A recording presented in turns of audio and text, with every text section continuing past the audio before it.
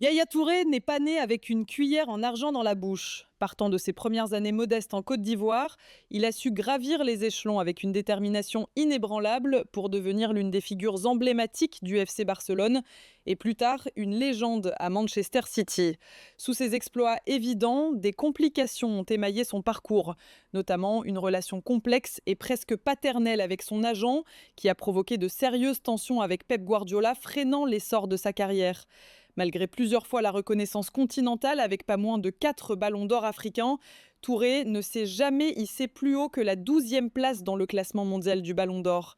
Cette situation intrigue, incitant à s'interroger sur ce qui se cache derrière les succès et difficultés de ce colosse ivoirien. Dans cette plongée, au cœur de son histoire, nous allons décrypter ensemble les nuances de son incroyable parcours. Né en 1983 à Bouaké, 2 ans après son frère aîné Kolo Touré, avec lequel il partagera plus tard des aventures en équipe nationale et en club, Yaya commence le football dans une région où le talent se cultive à la dure. Très tôt, il prend part à la formation au sein du club local renommé, révélant un style de jeu offensif, d'abord comme attaquant, qui explique ses prouesses devant le but plus tard, notamment sous les couleurs de Manchester City. Jean-Marc Guilloux, ancien international français, est une figure clé dans son développement, ayant créé un centre de formation qui ouvre une fenêtre sur l'Europe pour de nombreux jeunes Africains prometteurs, tels qu'Emmanuel Eboué, Romaric et bien sûr Yaya Touré lui-même. À 18 ans, le jeune Ivoirien quitte son pays natal pour affronter le climat rigoureux de l'Europe. Un défi colossal partagé par une équipe de jeunes Ivoiriens qui, comme lui, font de gros sacrifices pour réaliser leurs rêves. Dans son nouveau club, Beveren en Belgique, il se révèle rapidement titulaire et attire très vite l'attention des clubs majeurs, Arsenal étant en pole position. En 2003, un test avec Arsenal ne se passe pas comme espéré, Yaya manquant de briller sur le terrain lors d'un match amical, ce qui aurait pu compromettre ses chances. Pourtant, Arsène Wenger perçoit en lui un potentiel certain, mais des obstacles administratifs l'empêchent de rejoindre les Gunners. Cette situation reste un regret profond chez lui comme chez l'entraîneur français qui le voyait comme un successeur naturel à Patrick Vieira. C'est alors que Dimitri Selou, agent russe controversé, entre en scène. Sa présence auprès de Yaya est omniprésente, presque excessive, construisant une relation quasi paternelle avec le joueur, qu'il surnomme Papouchka. Cette proximité particulière aura une influence majeure sur la carrière du milieu ivoirien, autant pour le meilleur que pour le pire. Yaya connaîtra sa première sélection en équipe nationale en 2004, avant de s'engager avec l'Olympiakos, où il plonge dans les compétitions majeures. Il y remporte un doublé coupe-championnat dès sa première saison, disputant la Ligue des Champions à un haut niveau, avec notamment une passe décisive brillante pour Rivaldo lors d'une victoire inattendue contre le Real Madrid. En sélection, il fait partie d'une équipe ivoirienne forte, aux côtés de Kolo Touré et Didier Drogba. Malgré une finale de Coupe d'Afrique perdue au tir au but contre l'Égypte, il brille lors des phases finales de la Coupe du Monde en Allemagne. Olympiakos désire conserver son joyau, mais rapidement les tensions avec Dimitri Selou deviennent insoutenables pour le club, au point qu'une proposition de triplement de salaire conditionnée au départ de l'agent est faite à Yaya. Sa décision est claire immédiatement, le transfert est demandé pour se libérer de cette emprise et en échange d'une somme importante, il rejoint alors l'AS Monaco, une étape qui va marquer un tournant décisif dans sa carrière. Jérémy Ménez s'était déjà frotté les mains à l'idée de voir Yaya Touré arriver au club. Quand il a su que Touré rejoindrait une équipe comme la sienne, il a immédiatement pensé « voilà un joueur d'exception ». Le grand frère, un pilier, un gars en or qui maîtrise tous les aspects du jeu. En rejoignant l'AS Monaco lors de la saison 2006-2007, Yaya Touré intègre un club prestigieux, mais en pleine crise. Une 19e place au classement, un début de championnat catastrophique avec 7 défaites en 10 rencontres. Malgré son talent, il fait face à une période difficile, marquée notamment par des tensions avec l'entraîneur de l'époque, Laszlo Bologna, qui n'hésite pas à le critiquer publiquement, l'accusant de ne pas être assez complet. Peu après, Bologna est remplacé par Laurent Banide et sous ses ordres, Yaya commence véritablement à s'imposer en Ligue 1. Ces statistiques ne font peut-être pas exploser les compteurs avec 5 buts et 7 passes décisives, mais c'est surtout par sa présence sur le terrain que Touré impressionne. Son talent laisse toute la Ligue un bouche bée. En 4 années, il passe par 4 clubs différents et à chaque fois, il élève son niveau, témoignant d'une progression régulière et d'une volonté certaine. Son parcours donne finalement naissance à une étape majeure, la signature au FC Barcelone, le club de ses rêves, pour une somme avoisinant les 10 millions d'euros.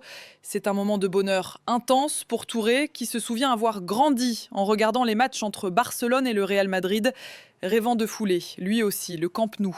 À Barcelone, il trouve un effectif impressionnant, dominé par les produits de la Masia comme Xavi et Iniesta. Néanmoins, le club cherche un élément solide, puissant techniquement et physiquement, capable d'équilibrer l'équipe. Ce profil, c'est Yaya Touré. Sa place est rapidement reconnue par la direction, qui loue sa force, sa capacité à porter le ballon et à dicter le rythme du jeu. Le journal Mundo Deportivo ira même jusqu'à le comparer à Patrick Vieira, tant pour son style que pour sa stature. Sur le terrain, Touré marque dès son premier match au Camp Nou. Même si ce sera son seul but de la saison, il n'en est pourtant pas frustré. Il connaît son rôle, celui de sécuriser le milieu, dans une équipe riche en stars telles que Henry, Messi, Ronaldinho, Puyol ou Thuram. Malgré la qualité individuelle, la saison est décevante, sans aucun titre, et l'entraîneur Frank Rijkaard est limogé. Arrive alors Pep Guardiola, émanation et disciple de Johan Cruyff, avec des idées précises et une vision stricte. Guardiola privilégie Sergio Busquets comme pilier défensif, ce qui contraint Touré à un rôle plus secondaire. Malgré des performances solides, il connaît moins de titularisation que jamais. Il est même utilisé en défense centrale lors de la finale de Ligue des Champions contre Manchester United, où il s'illustre avec une prestation remarquable. La saison suivante, le Barça remporte 6 trophées, mais Touré reste essentiellement remplaçant avec seulement 18 titularisations. Les frustrations s'accumulent, d'autant plus que les résultats avec la Côte d'Ivoire sont aussi mitigés. Élimination en quart de finale de la CAN, sortie précoce en phase de poule à la Coupe du Monde. L'atmosphère devient tendue, la rupture avec Guardiola est consommée publiquement. Yaya confie ne pas avoir parlé à l'entraîneur pendant 1 an, expliquant que celui-ci n'avait pas confiance en lui. Las, en juillet 2010, il quitte le club catalan, marqué par la déception. Son avenir le conduit à Manchester City, alors en pleine transformation. Sous de nouveaux propriétaires émiratis, le club débute un projet ambitieux qui se heurte encore à la concurrence locale, notamment avec Chelsea. Mais Touré, conseillé par Dimitri Selou, comprend vite que City représente une aventure différente, un nouveau défi vibrant où il pourra devenir une figure majeure. Le coéquipier de longue date de Yaya Touré, Gal Clichy, s'est souvent réjoui de sa venue à Manchester City, convaincu qu'il apportait un talent exceptionnel. Quand Yaya est arrivé, l'enthousiasme était palpable. Il ne s'agissait pas seulement d'un transfert, mais d'un joueur capable de changer le cours de l'histoire du club. Certes, le prix fut élevé, avec un transfert avoisinant les 30 millions d'euros, mais l'ambition de Touré allait bien au-delà de la simple rémunération. Il voulait inscrire son nom dans la légende des Sky Blues. Ce merveilleux coup de maître fut accueilli avec une ferveur immédiate par les supporters qui lui consacrèrent rapidement un chant vibrant, aussi en hommage à son frère, témoin de la proximité entre les deux. Cette connexion avec ses fans symbolisait à quel point Yaya était fait pour briller dans ce championnat exigeant. Au sein d'un milieu soutenu par des joueurs comme Gareth Barry et Nigel De Jong au profil plus défensif, Touré pouvait enfin s'épanouir pleinement en box-to-box. Libéré de la rigueur excessive de Guardiola, il allait bientôt offrir une série de performances remarquables. Sous la houlette de Roberto Mancini, City prit la 3e place de Premier League et atteignit les demi-finales de la FA Cup. Ce parcours marquait une amélioration notable. Surtout, il fallait un héros pour briser une malédiction de 35 ans sans trophée pour le club. Et ce héros fut bien Yaya Touré. Lors d'une demi-finale historique contre Manchester United, un duel au sommet, il marqua l'unique but qui offrit la victoire aux Citizens. Ce succès révéla une capacité à sortir les matchs se jouant sur des détails et confirma son rôle crucial. En finale, face à Stoke City, Yaya récidiva, inscrivant à nouveau le seul but des siens, permettant au club de décrocher enfin ce trophée tant attendu. Cette victoire rompit la série noire et place Manchester City parmi les grands. La contribution de Touré fut immense, 35 matchs joués, 10 buts marqués, 5 passes décisives et un titre de meilleur joueur africain. Pour une première saison, c'était un succès éclatant. L'année suivante, l'arrivée de Sergio Agüero permit à City de franchir un palier supplémentaire. Ce duo allait façonner une équipe capable de retrouver la couronne anglaise. Nul ne peut oublier le finish haletant de la saison 2011-2012, marqué par le but décisif d'Agüero et une fin de championnat épique, grâce notamment aux performances d'exception de Yaya. Lors d'un match capital contre Manchester United, alors leader, il livra une prestation magistrale, offrant à son équipe les moyens de croire au titre encore. À Newcastle, quelques jours plus tard, son but permit à City de s'emparer de la première place, avant de décrocher le fameux sacre historique face à QPR. L'agent Dimitri Selou avait flairé l'opportunité, construire une légende à City Siti et Yaya s'en est chargé parfaitement, encadré par des entraîneurs et coéquipiers de talent comme Mancini, Nasri, Silva ou compagnie. Il devint le visage de la renaissance de ce club mythique. Tout en remportant à nouveau le titre de joueur africain de l'année, Touré poursuivit sur sa lancée.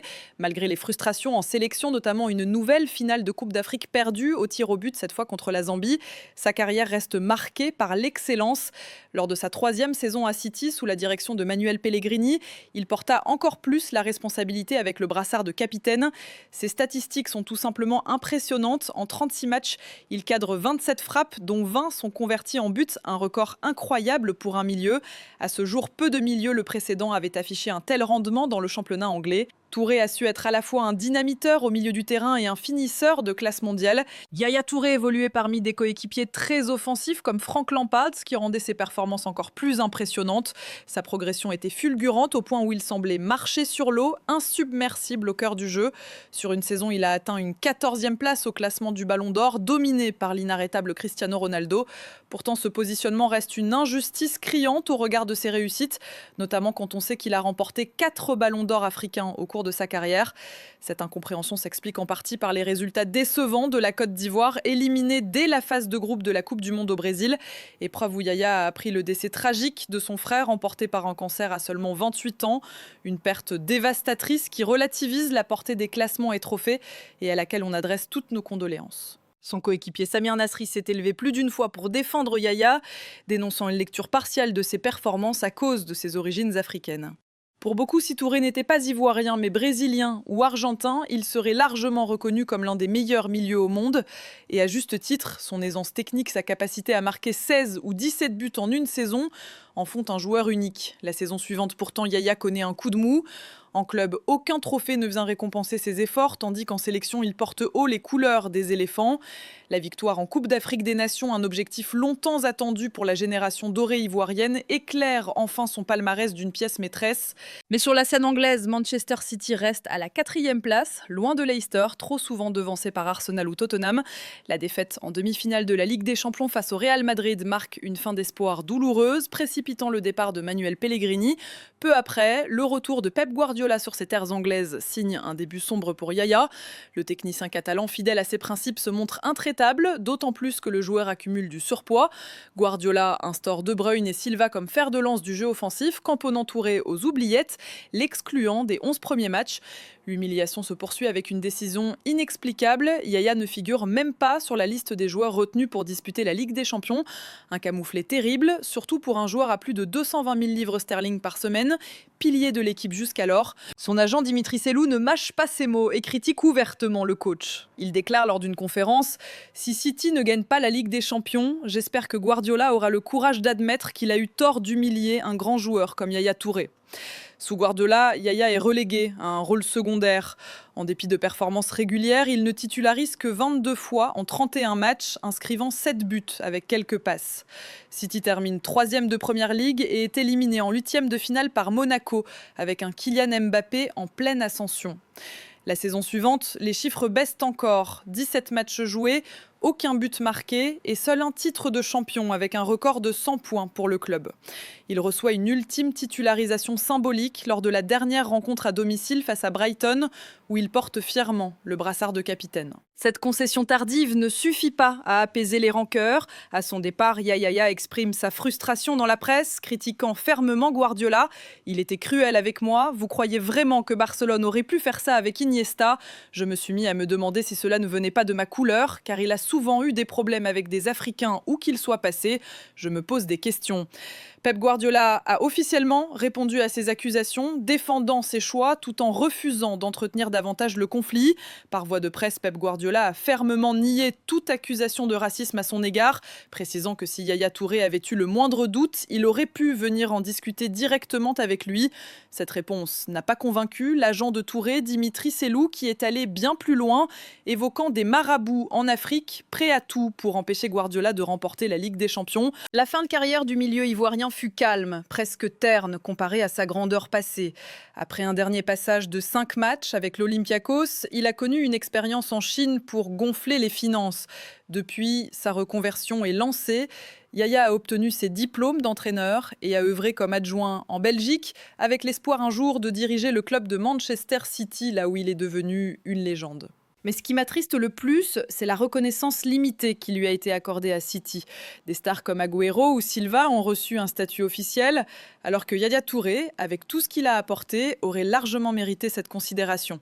C'est une injustice selon moi. Pour moi, c'est de loin le meilleur milieu de terrain de tous les temps, celui qui m'a le plus impressionné par sa polyvalence, sa capacité à jouer à toutes les positions du milieu, même en défense centrale, ou à marquer comme un avant-centre. Il a tout fait sur un terrain, à l'exception peut-être d'être gardien, ce qu'il n'a jamais expérimenté. Ces chiffres parlent d'eux-mêmes. 626 matchs joués, dont plus de la moitié à Manchester City, 104 buts inscrits, 71 passes décisives, 3 titres de Première Ligue, 2 Ligas, une Ligue des Champions et une victoire en Coupe d'Afrique des Nations. Pour moi, c'est sans conteste l'un des plus grands, si ce n'est le meilleur milieu africain de l'histoire. Je vous invite à réagir en commentaire, car j'imagine que ce sujet va susciter un vif débat. Les goûts et les couleurs ne se discutent pas, mais on peut toujours en parler ensemble.